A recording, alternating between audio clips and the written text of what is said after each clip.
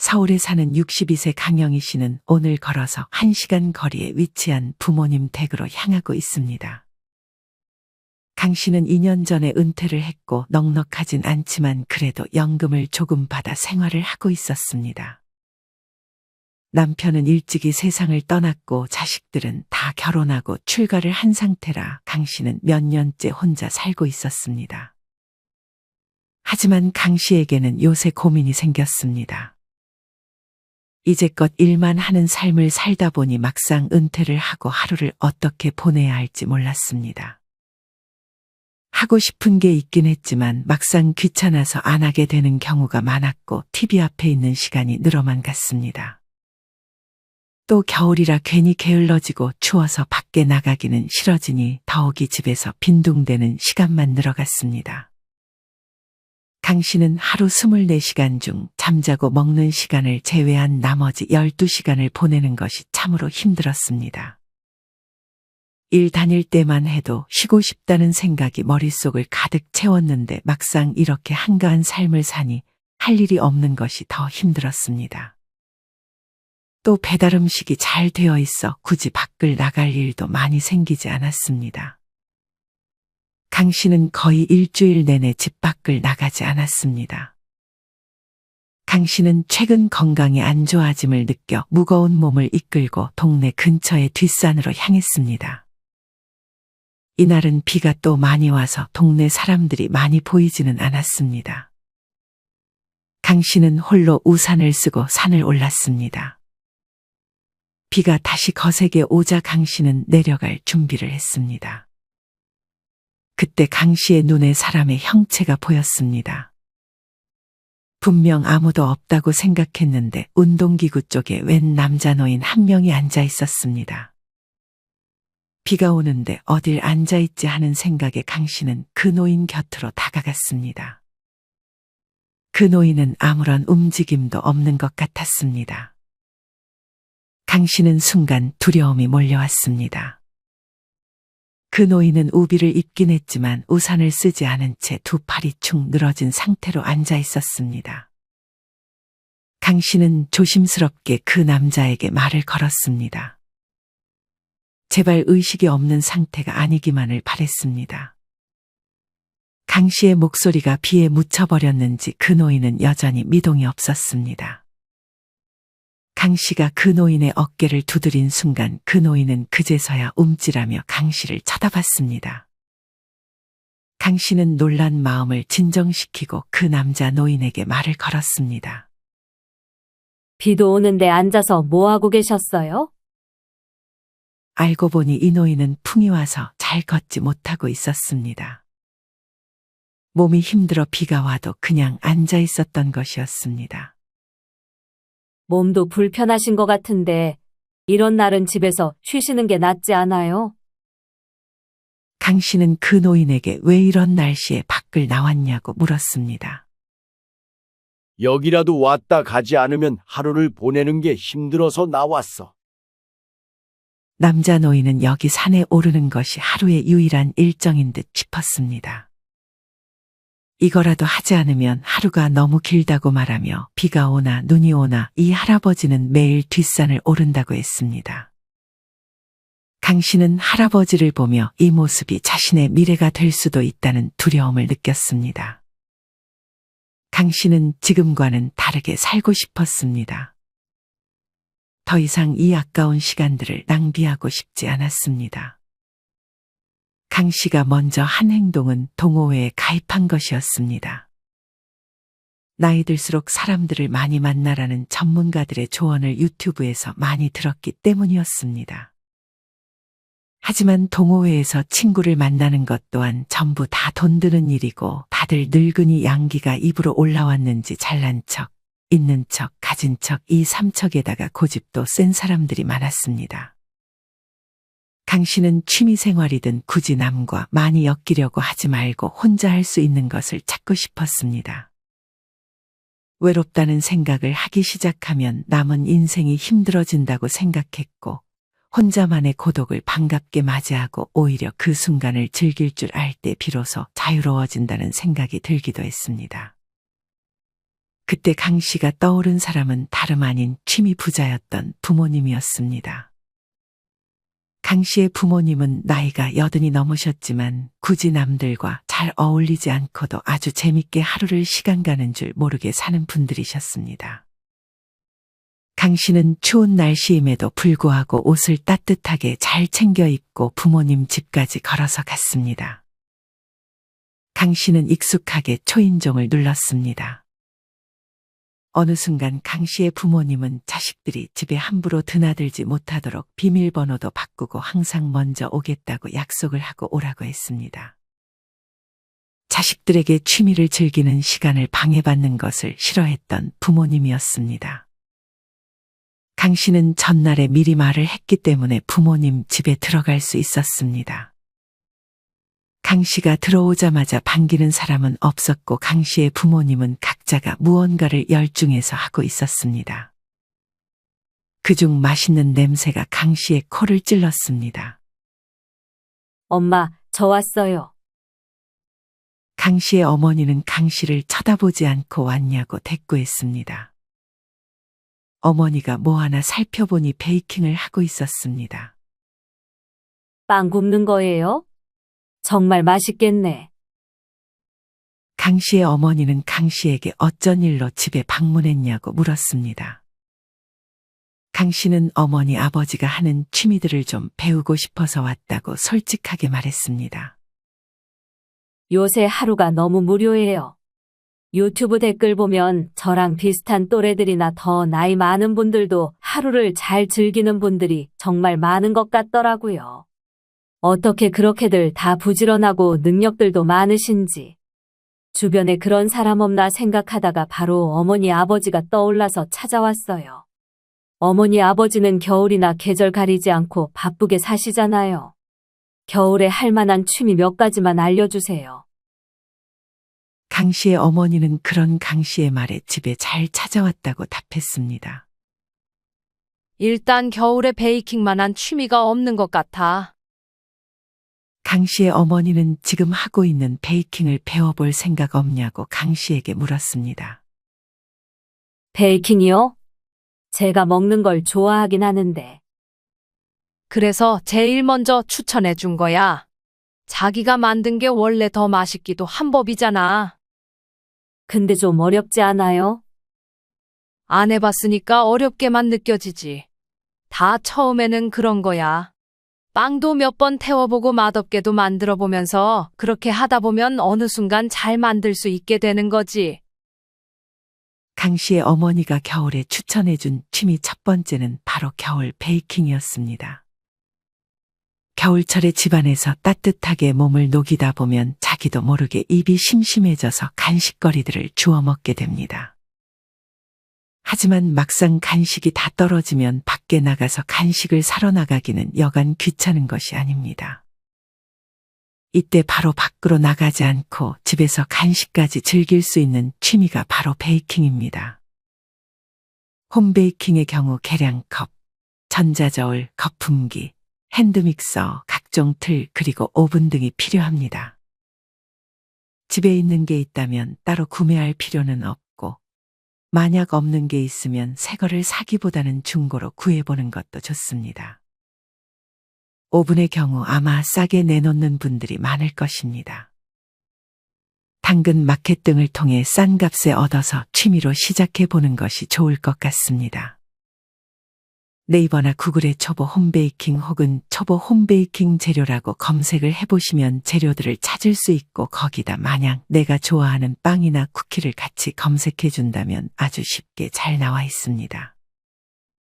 만약 오븐을 사용할 경우 시간이 걸리더라도 예열 과정을 꼭 거치는 것이 중요하다고 합니다. 오븐 내부의 온도뿐 아니라 오븐 안쪽의 금속 벽까지 충분히 달궈진 이후에 베이킹을 해야 실패할 확률을 줄일 수 있다고 합니다. 저는 카스테라를 좋아하는데 요새 마트나 빵집에 가면 빵값이 비싸서 쉽게 손이 잘 가질 않습니다. 이럴 때 마트나 빵집에서 사 먹는 것보다 집에서 해 먹는다면 돈도 아낄 수 있습니다. 베이킹을 할 때 너무 조리도구에 욕심을 부리기보다는 최소한의 도구로 시작해보는 것이 좋습니다. 막상 도구를 많이 샀는데 한 달 뒤에는 모두 창고행으로 가는 것을 피하기 위함입니다. 만약 붕어빵을 좋아하신다면 붕어빵 기계를 하나 구매하는 것도 좋습니다.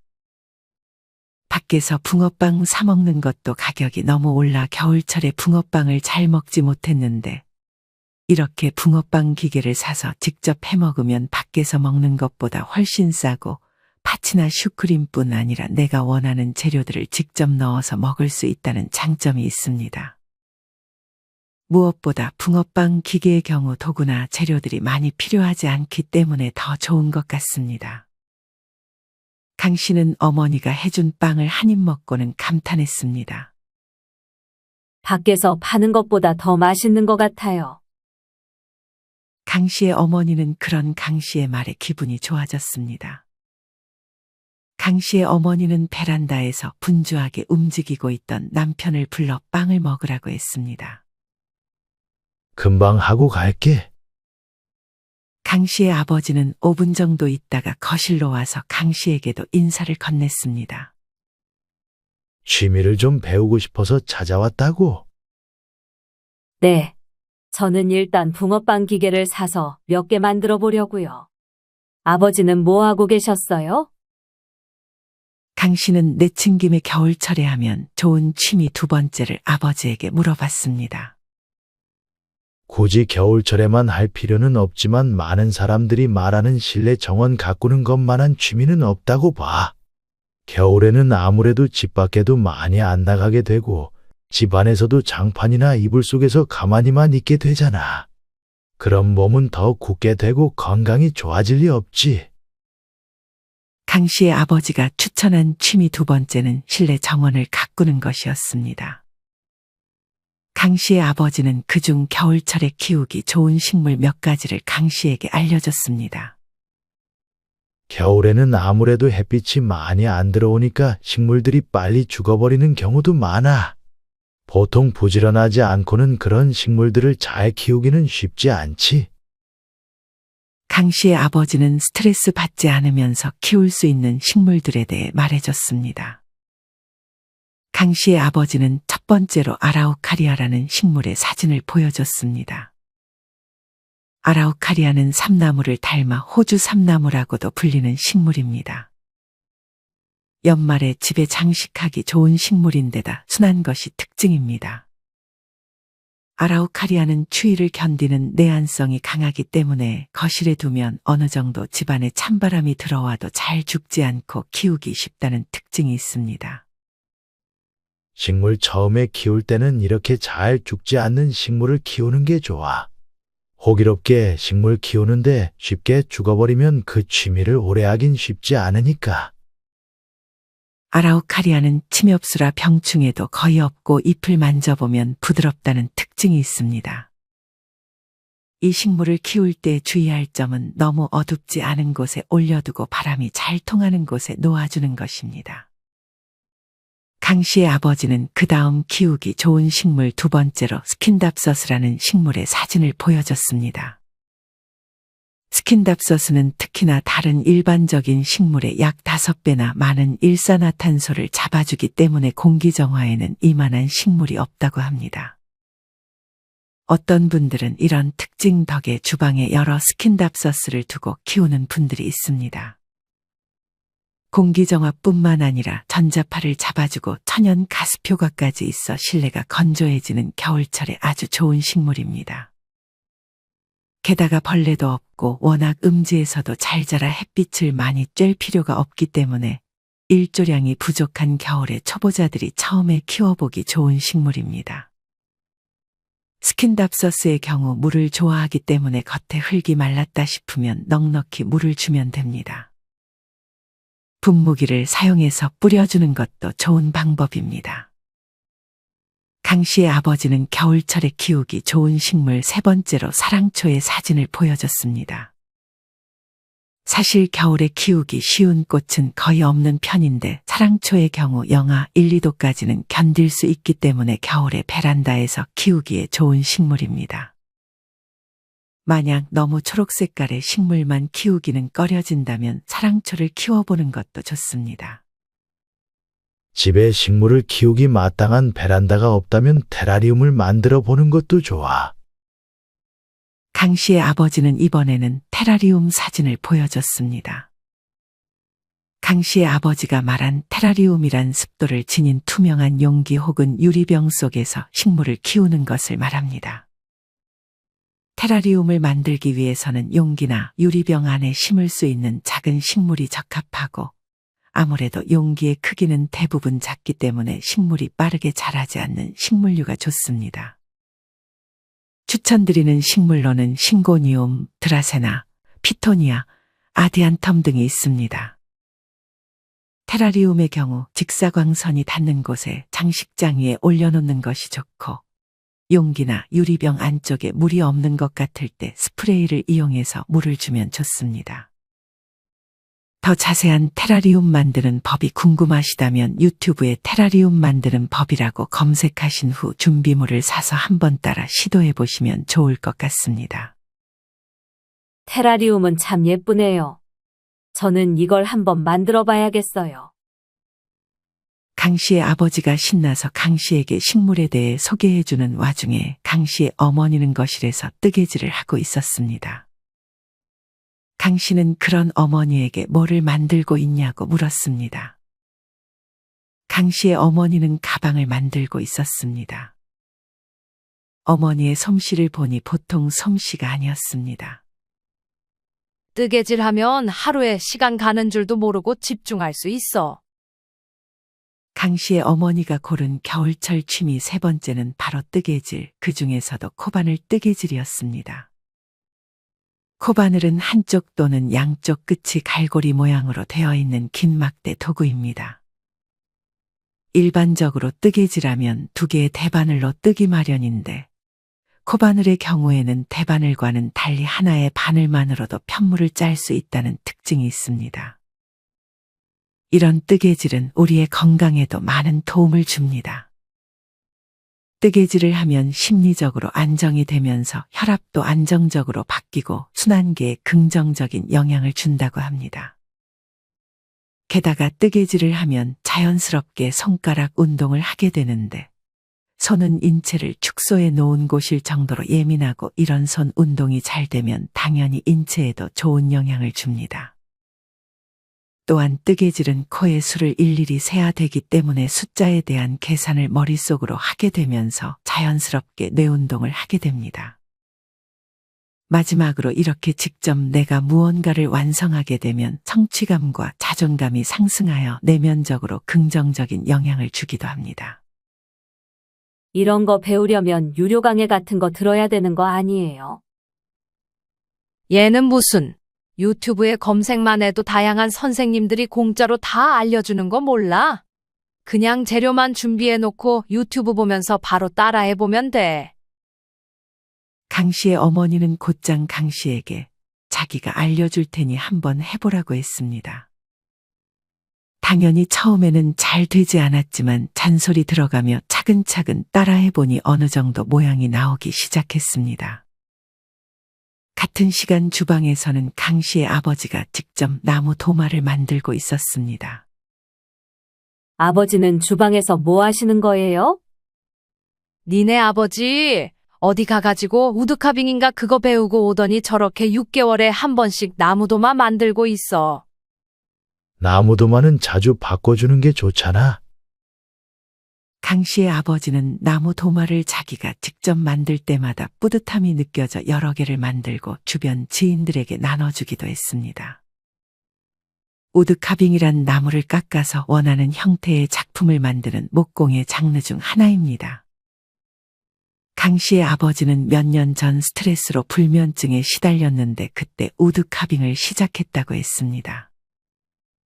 우드카빙을 할 때만큼은 아무 생각도 안 하게 돼서 잡생각을 덜어낼 수 있었고 정신 건강이 이전보다 훨씬 좋아졌다며 강 씨에게도 한번 해보라고 권했습니다. 강 씨가 아버지가 만드는 도마에 집중하고 있는 사이 강 씨의 어머니는 옆으로 다가와 과일청을 만들기 시작했습니다. 강 씨의 어머니는 그 중에서도 자몽청을 만들기 시작했습니다. 코끝을 찌르는 자몽향의 강 씨의 신경은 다시 어머니에게로 향했습니다. 강 씨의 어머니는 자몽청이 기관지에 도움이 된다며 겨울에 한 잔씩 마셔주면 좋다고 답했습니다. 이것도 취미가 될 수 있겠네요. 그럼 이것도 건강한 취미지? 강 씨의 어머니가 고른 네 번째 취미는 바로 과일청을 만드는 것이었습니다. 그 중에서 자몽은 레몬과도 비슷하게 비타민C가 많아서 감기에 도움을 주는 것은 물론이고 폐렴이나 천식과 같은 기관지 질환을 개선시키는 데에도 효과적이라고 합니다. 이뿐 아니라 자몽 안에 있는 항산화 요소인 레티놀과 미네랄은 피부 미용이나 노화 방지에도 효과적이고 콜레스테롤을 개선해주는 성분으로 알려져 있는 펙틴도 많이 함유되어 있어 뇌졸중, 고지혈증, 부정맥 등을 개선하는 데 매우 좋다고 알려져 있습니다. 강 씨의 어머니는 먼저 유리병을 깨끗이 씻어서 냄비에 찬물을 받아 병을 넣고 끓여 소독했습니다. 강 씨의 어머니는 병이 뜨겁지도 않은지 맨손으로 유리병을 꺼냈습니다. 그런 다음 자몽을 깨끗이 씻어 껍질을 깎아 과육만 남겼습니다. 그리고 내 껍질까지 일일이 다 분리했습니다. 내 껍질이 같이 들어가면 쓴맛이 심해진다는 것이 그 이유였습니다. 그렇게 과육을 조각 내 설탕과 자몽을 1:1 비율로 유리병에 넣어 잘 섞어주었습니다. 그대로 상온에 두면서 수시로 저었다가 설탕이 다 녹자 냉장고에 보관했습니다. 집에 갈 때 하나 가져가. 강 씨는 빨리 집에 가서 자몽청을 한 잔 마셔보고 싶었습니다. 강 씨는 이렇게 부모님이 무언가를 만드는 걸 보기만 하는 것 자체도 너무 재미있었고 빨리 집에 가서 자기도 뭐든 한번 해보고 싶었습니다. 강 씨의 아버지는 도마를 만들고 지쳤는지 거실에서 쉬고 있었고 부지런한 강 씨의 어머니는 지치지도 않는지 또 방에서 무언가를 하고 있었습니다. 엄마, 이제 좀 쉬세요. 나한텐 이게 쉬는 거야. 그러면서 강 씨의 어머니는 집에 있는 향수들을 모으기 시작했습니다. 이전에 선물 받은 것들인데 유통기한이 지나버렸어. 근데 이거 그냥 버리기는 아깝잖아. 그러면서 강 씨의 어머니는 이번에는 오래된 향수로 디퓨저를 만들 것이라고 했습니다. 강 씨의 어머니는 이게 또 좋은 취미라며 좋은 향을 맡는 것이 자기는 좋다고 말했습니다. 강 씨의 어머니가 고른 5번째 취미는 디퓨저를 만드는 것이었습니다. 여러분의 집에 혹시 유통기한이 지난 향수가 있지 않으신가요? 향수의 유통기한은 제조일자로부터 보통 3년에서 5년 사이이고 뚜껑을 열고 나면 유통기한이 1년에서 3년으로 줄어듭니다.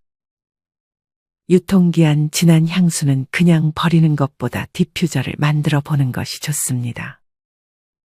향수 디퓨저를 만들려면 준비물은 오래된 향수, 유리공병, 소독용 에탄올, 나무 스틱만 있으면 충분합니다. 유리공병의 경우 먹고 난 두유병이나 음료수 병을 사용해 주는 것도 좋습니다. 이때 주의할 것은 플라스틱이 아닌 유리병을 사용해 줘야 한다는 것입니다.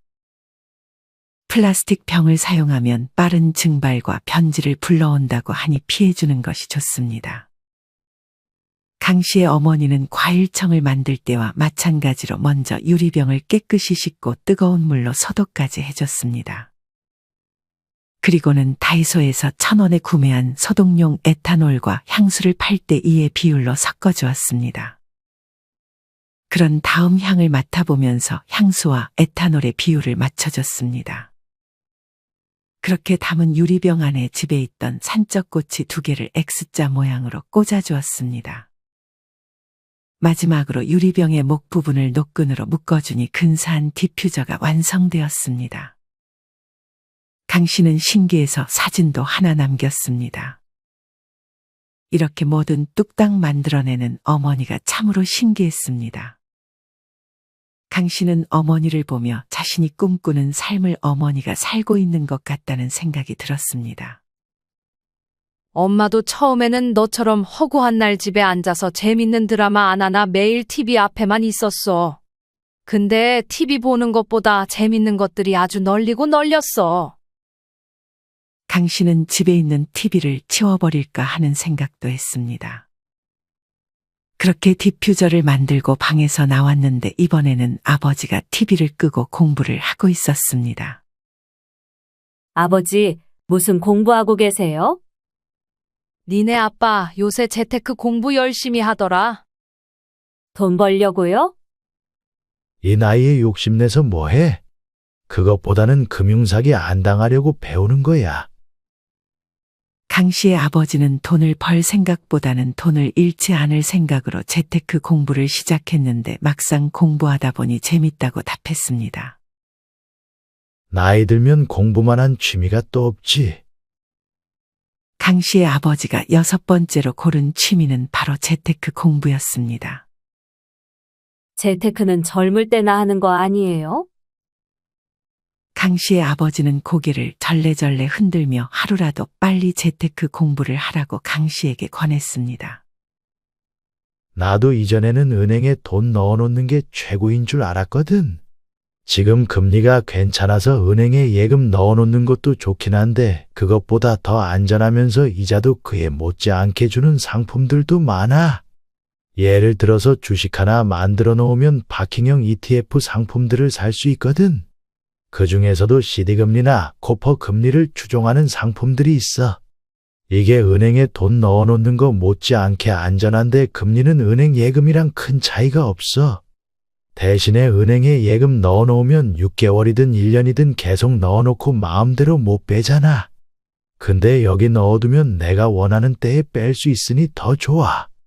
게다가 은행주나 리츠 같은 안전한 배당주에 돈을 넣으면 꽤 높은 이자를 받으면서 생활할 수 있어. 그런 건 처음 들어보네요. 저는 그냥 은행에만 고이 모셔두고 있는데. 아는 사람만 이런 혜택을 누릴 수 있는 거야. 그러면서 강 씨의 아버지는 얼른 강 씨에게 주식 앱을 만들라고 했습니다. 강 씨의 아버지는 핸드폰으로 주식 앱을 언제든 만들 수 있다며 강 씨 대신 직접 주식 앱을 깔아줬습니다. 강 씨는 가끔 아버지의 집에 와서 아버지와 같이 재테크 공부를 하겠다고 약속했습니다. 집에만 있기 좀 그렇지 않아? 우리랑 같이 밖에 나갈래? 지금요? 어디 가시게요? 강 씨의 부모님은 강 씨를 데리고 근처 온실 식물원으로 향했습니다.